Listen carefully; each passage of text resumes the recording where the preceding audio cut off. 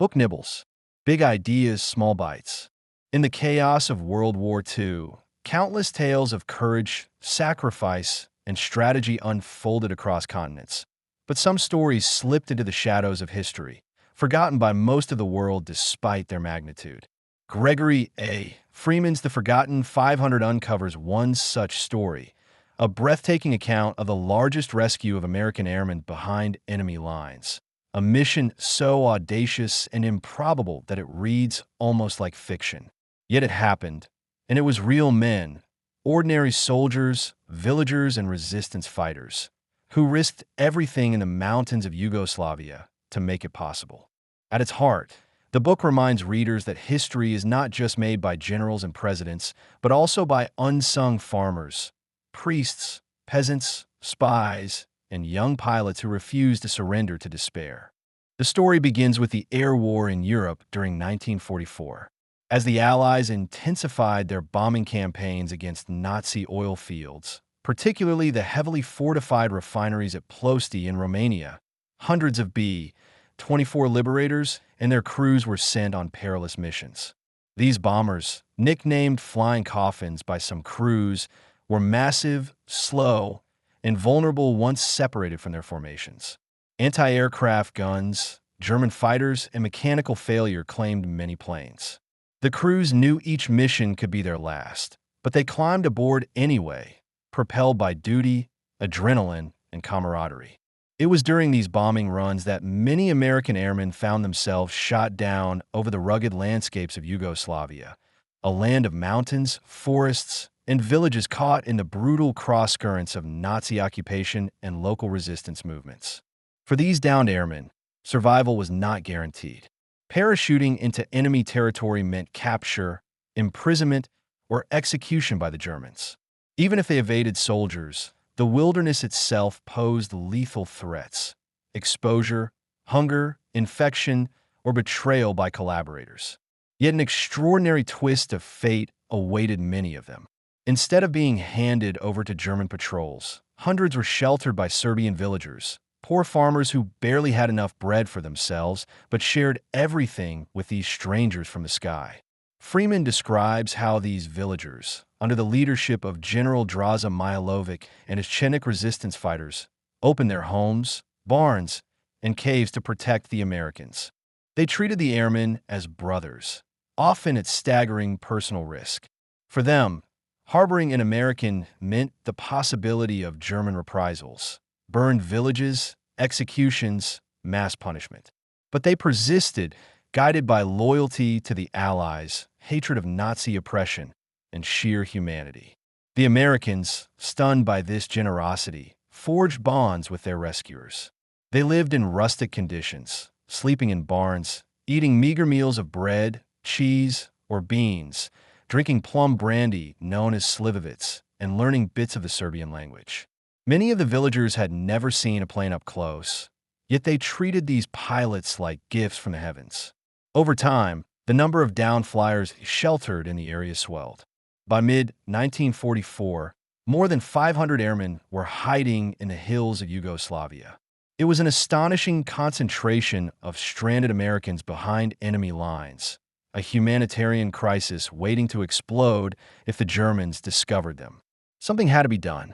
Meanwhile, Allied intelligence in Italy began to receive scattered reports of these groups of downed airmen. The Office of Strategic Services, OSS, the wartime precursor to the CIA, took special interest. The man who would become central to the rescue mission was George Muselin, a Serbian-American OSS officer. He was rugged, charismatic, and deeply familiar with Balkan politics. Muselin was convinced that the stranded flyers could be saved if a daring operation could be mounted to extract them by air. But the idea sounded absurd to many in Washington and London. How could you land planes in Nazi-controlled territory, with no airstrips, no navigation aids, and the constant threat of Luftwaffe fighters? Yet Muselin persisted, driven by both loyalty to his heritage and commitment to the men languishing in the hills. Freeman's narrative paints a vivid picture of the political tensions complicating the mission. Yugoslavia was fractured, with multiple resistance groups vying for power. On one side were the Chetniks, led by Mihailovic, who initially had strong Allied support.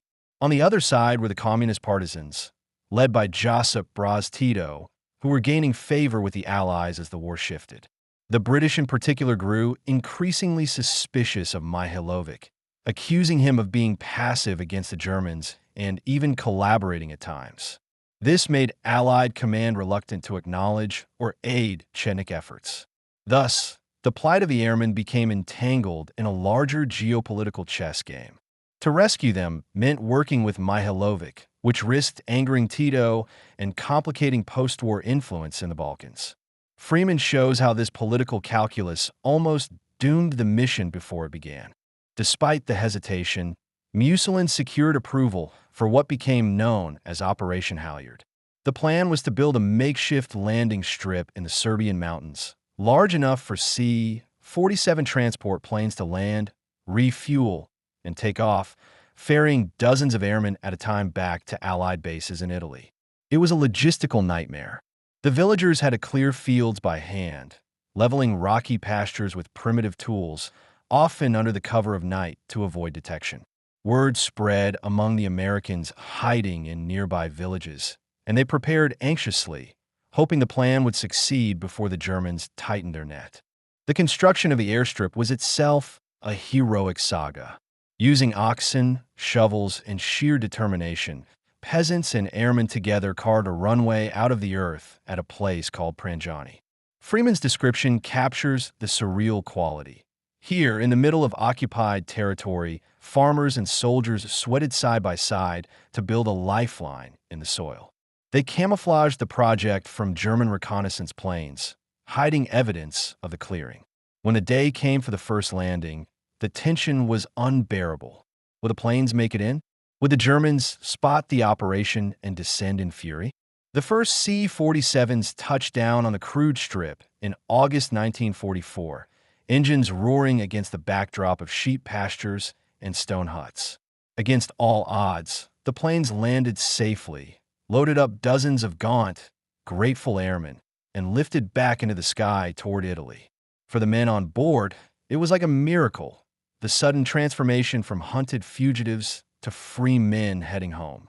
For those left behind, each successful flight was proof that salvation was possible. Over the following weeks, the airlift continued, with planes making repeated journeys to extract more men. By the end of Operation Halyard, more than 500 American airmen had been rescued without a single life lost during the extraction.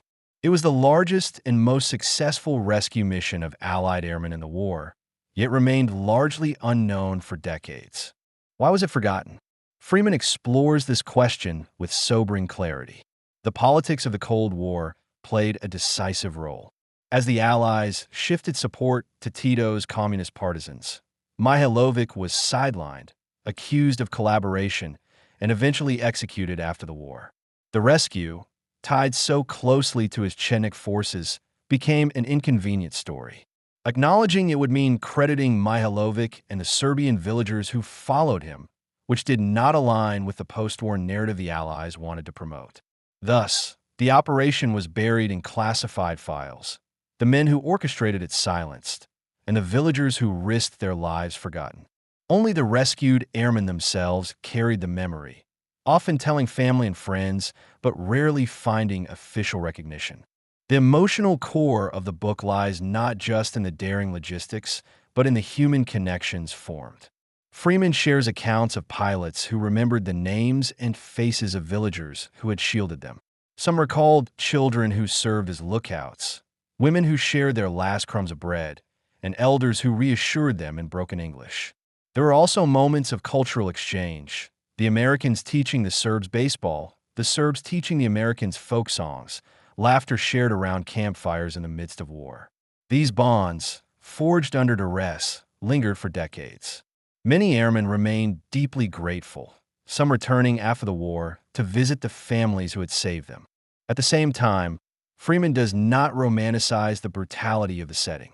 The Germans were relentless in their reprisals, and entire villages sometimes paid with blood for harboring partisans or Allied soldiers.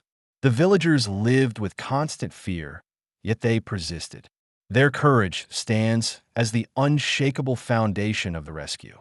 Without their willingness to defy the Nazis and endure suffering, no operation, no matter how clever, would have succeeded. Throughout the narrative, Freeman interweaves personal stories of the rescued men. There is the pilot who, after being shot down, wandered for days before stumbling into a hamlet where villagers embraced him. There is the gunner who, though injured, was carried on the shoulders of peasants to safety. There are the letters written home, filled with longing and hope, which would only be delivered months later after the rescue. These vignettes bring the epic scope of the mission down to a human scale, reminding readers that behind the numbers, 500 airmen, there were individuals with lives, families, dreams, and futures. The OSS agents involved also emerge as fascinating figures. George Muselin, in particular, carried the scars of political betrayal. Though he orchestrated one of the most daring rescues of the war, his role was downplayed, and he eventually left the service in disillusionment. Other operatives faced similar fates, their loyalty to the mission unrecognized by the governments they served. The rescued men, however, never forgot them. Many credited Muselin and the Chetniks with saving their lives and later worked to tell the story, even when official channels dismissed it. Freeman also highlights the irony of wartime alliances. The Americans, who saw firsthand the sacrifices of Milošević's forces, often could not reconcile that with Allied propaganda favoring Tito. To them, it was clear who had risked everything for them. Yet politics outweighed testimony. The silence around Operation Halyard lasted for decades, broken only gradually as historians, veterans, and journalists pieced the story together. Freeman's book, in many ways, is the culmination of that long effort to give voice to the forgotten. As the narrative unfolds, the book becomes not only a tale of wartime heroism, but also a meditation on memory, loyalty, and justice. What does it mean when the bravest acts are erased for political convenience? How do nations honor the sacrifices of ordinary people caught in extraordinary circumstances? Freeman pushes readers to grapple with these questions, suggesting that history's omissions are as telling as its inclusions. The Forgotten 500 remind us that behind every official chronicle, there are hidden chapters waiting to be uncovered. The book closes by honoring both the survivors and the villagers who never received their due.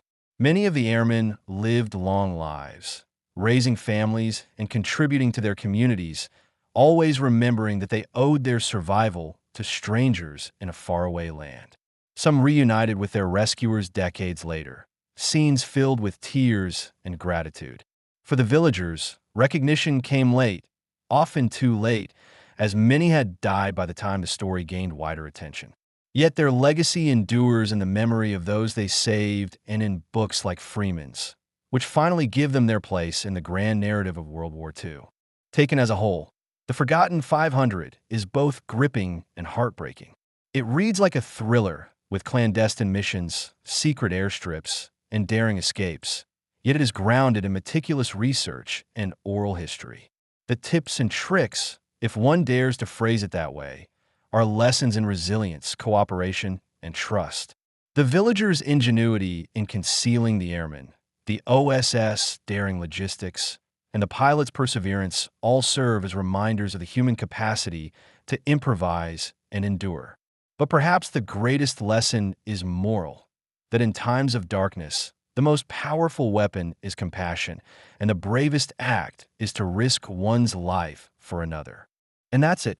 The Forgotten 500, the untold story of the men who risked all for the greatest rescue mission of World War II by Gregory A. Freeman. Thanks for listening to Book Nibbles. If you enjoyed this bite-sized book, don't forget to subscribe for more quick, insightful summaries. See you in the next nibble.